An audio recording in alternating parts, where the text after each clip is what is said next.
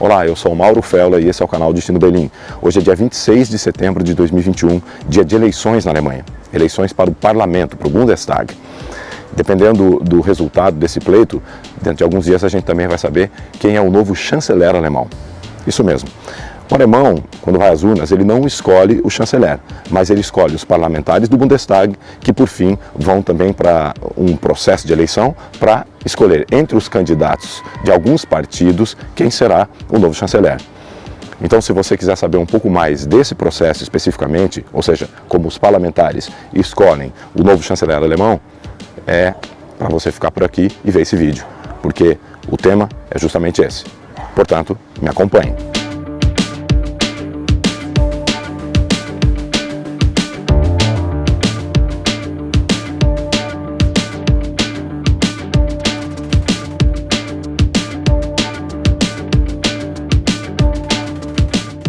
Pois é, você deve estar se perguntando por que eu estou fazendo um vídeo que é todo dedicado a explicar como é o processo de escolha do chanceler alemão.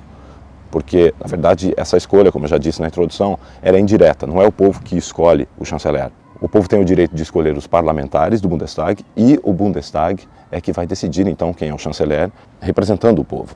Então, por que eu não estou falando justamente de como funciona esse momento das eleições? Mas já tem vídeo sobre isso sim. Clica aqui em cima, tem um link aí esperando por você, para falar justamente sobre política na Alemanha, onde eu destaco as eleições do Bundestag, por exemplo, e também como funciona a política em geral, e eu comparo o federalismo alemão com o federalismo brasileiro. Se você não viu esse vídeo e pretende, portanto, para entender esse vídeo de agora, o anterior, então começa a ver e depois volta para cá. Se você já viu porque é assinante, eu agradeço, e para aqueles que não são assinantes, eu peço que vocês se inscrevam no canal, deixem um like, comentem, e não deixe também de compartilhar o vídeo. Obrigado. Você deve estar se perguntando, vai ter eleição para o parlamento vai escolher um novo chanceler. Mas e a Angela Merkel nessa história? Pois é, a Angela Merkel, do CDU, depois de 16 anos no poder, ela tinha o direito de ser candidata do seu partido para esse novo pleito, mas resolveu pendurar a chuteira. É isso mesmo, ela não vai ser mais a candidata de seu partido e vai abrir, portanto, espaço para novos políticos encabeçarem a força política na Alemanha, a força principal, ou seja, ser chanceler e ser, portanto, chefe de governo. A despeito de filiações partidárias ou então de convicções políticas do povo alemão, o que é importante vocês entenderem é que, quer seja a esquerda ou a direita, a Angela Merkel conseguiu popularidade e muita gente vai sentir falta da Mutti, ou mamãe, como ela era conhecida durante esses anos do mandato. Então, mas esse vídeo não é sobre Angela Merkel, é justamente como se dá o processo de escolha justamente de seu sucessor. Então, é isso que a gente vai ver agora. Primeira coisa, vocês têm que entender que o presidente da República aqui na Alemanha tem uma importância cabal. Parece que é um zero à esquerda, mas não é, porque ele é que tem o direito de propor o candidato a chanceler alemão para o parlamento que vai ser escolhido justamente hoje. O parlamento vai decidir se é viável ou não que esse cara, escolhido pelo presidente, seja o nome para governar a Alemanha nos próximos 4 anos. Muito bem, o presidente pode escolher, inclusive, qualquer pessoa, contanto que seja cidadão alemão e que tenha mais de 18 anos. É óbvio que ele não vai fazer isso, não vai fazer o louco de escolher o amigo dele, ele vai escolher um nome específico. Mas que nome é esse? Ele vai ouvir a voz das urnas, mas espera aí, você vai dizer, a eleição não é indireta? Sim, justamente, os eleitores não vão escolher o chanceler, mas vão escolher alguns partidos. E alguns partidos que são historicamente bastante robustos no parlamento, como por exemplo o CDU e o SPD, eles sempre propõem nomes de antemão. Daí o eleitor vai olhar para o partido e vai associar um nome que apresenta propostas. O eleitor vai votar no partido. E esse partido vai conseguir X cadeiras. E se tiver um número de cadeiras suficiente, pode formar governo. No fim, essa fórmula é bastante interessante para uma república parlamentarista, porque por mais que o eleitor não vote no chanceler, ele sabe de antemão quem são os possíveis candidatos, se ele é interessante ou não como pessoa, carismático, se tem poder de persuasão dentro do parlamento, porque ele vai governar, ele que vai representar o parlamento, ele que vai ser o chefe de governo. E uma curiosidade, é a primeira vez na história que 3 políticos se candidataram a chanceler federal. A verde Annalena Baerbock, o social-democrata Olaf Scholz e o democrata cristão Armin Laschet. Os verdes nunca haviam apresentado um candidato a chanceler e é aqui que mora o ineditismo dessa corrida eleitoral. qual dos três candidatos o presidente Frank-Walter Steinmeier vai propor ao parlamento como novo chanceler alemão? Vamos entender um pouquinho que, primeiro de tudo, sem dúvida, o Frank-Walter Steinmeier vai escutar a voz das urnas. Dos três candidatos que eu mencionei, ele sem dúvida vai escolher aquele relacionado ao partido que foi mais votado nas eleições. E daí, uma primeira regra, se esse partido tem mais de 50% das cadeiras do parlamento, já está tudo resolvido.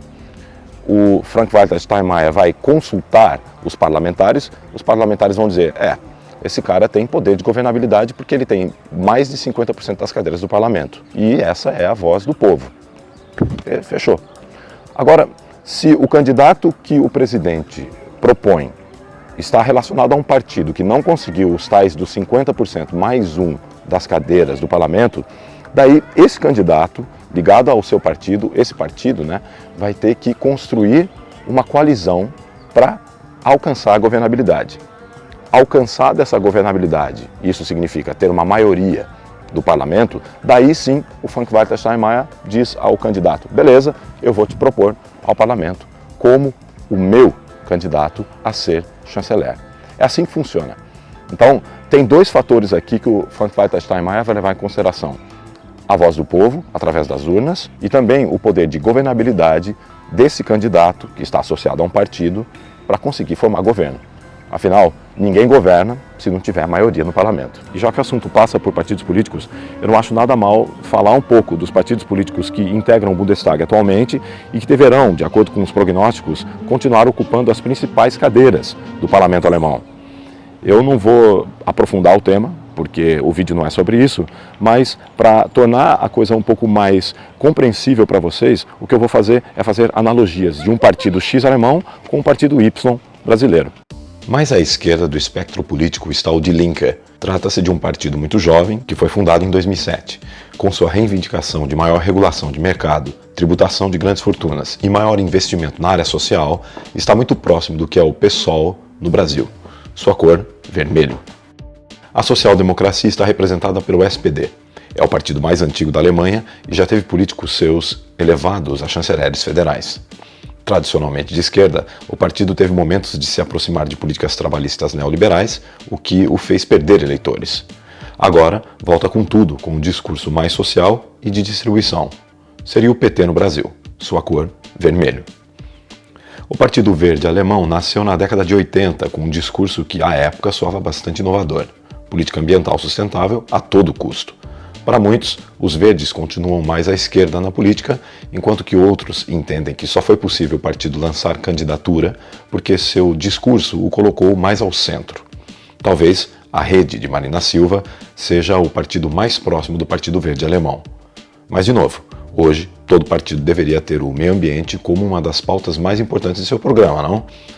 Sua cor, verde. O CDU, ou CSU na Baviera, chamado de Partido Democrata Cristão de Angela Merkel, já está no outro lado do espectro político, ou seja, é um partido de centro-direita. O moto do partido é estabilidade econômica. Em outras palavras, austeridade, política fiscal do estilo que querem partidos mais à direita no Brasil. Diria que o CDU está mais para o PSDB.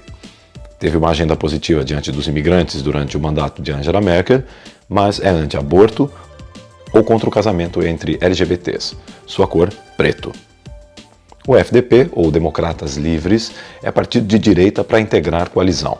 Reverbera o discurso neoliberal de desestatização, de meritocracia, de diminuição de impostos e das políticas de redistribuição. Soa muito como novo no Brasil. Sua cor, amarelo. Por fim, o perigoso AfD, alternativa para a Alemanha, um partido de extrema-direita que vinha de um processo de crescimento galopante, parece estar domado. Sem dúvida terá cadeiras no parlamento, mas seu discurso baseado em fake news, sua pouca simpatia ao imigrante, ao islamismo e a tudo aquilo que não é tradição cristã, não lhe garante poder de liderar qualquer coalizão que seja. Partidos como o PSL ou qualquer outro ao qual Bolsonaro se filie pode ser associado ao AfD. Sua cor, azul claro. Quais possíveis coalizões poderão ser formadas no Bundestag de acordo com a constelação partidária que eu acabei de mencionar? De um ponto de vista histórico, só para vocês terem uma ideia, desde 1961, nenhum partido consegue alcançar maioria absoluta no parlamento alemão. Isso significa que sempre tem que rolar uma coalizão e desde então, desde 1961, são 4 as coalizões que se alternam no poder. Coligação Preto-Amarela, CDU mais FDP. Grande Coalizão, CDU mais SPD. É como se ter PSTB e PT governando juntos. Coalizão Social Liberal, SPD e FDP. Coalizão Vermelho-Verde, SPD e os Verdes. As projeções indicam que este ano Olaf Scholz, do SPD, tem o direito de formar governo, sendo que a mais provável aliança de governabilidade seja entre CDU, SPD e os Verdes. Seria uma coalizão de caráter histórico inédita. Porém, se o partido de Scholz não formar coalizão, novos escrutínios podem ser necessários. O Bundestag passa a ter o direito de sugerir nomes e em 14 dias o vencedor do pleito por maioria absoluta ganha a nomeação do presidente. Se nenhum candidato conseguir maioria absoluta, uma nova votação decidirá o vencedor por maioria relativa. No entanto, nesse último caso, o presidente da República não se verá na obrigação de nomear o escolhido do parlamento, podendo inclusive dissolvê-lo e convocar novas eleições. Bem tenso, não? Então é isso. Eu agradeço a você que chegou até aqui nesse vídeo. Eu espero que ele tenha sido bastante esclarecedor de como funciona o processo de se escolher o chanceler alemão. E digo para vocês, semana que vem tem mais vídeo aqui no canal de Cine Belim. Até a próxima!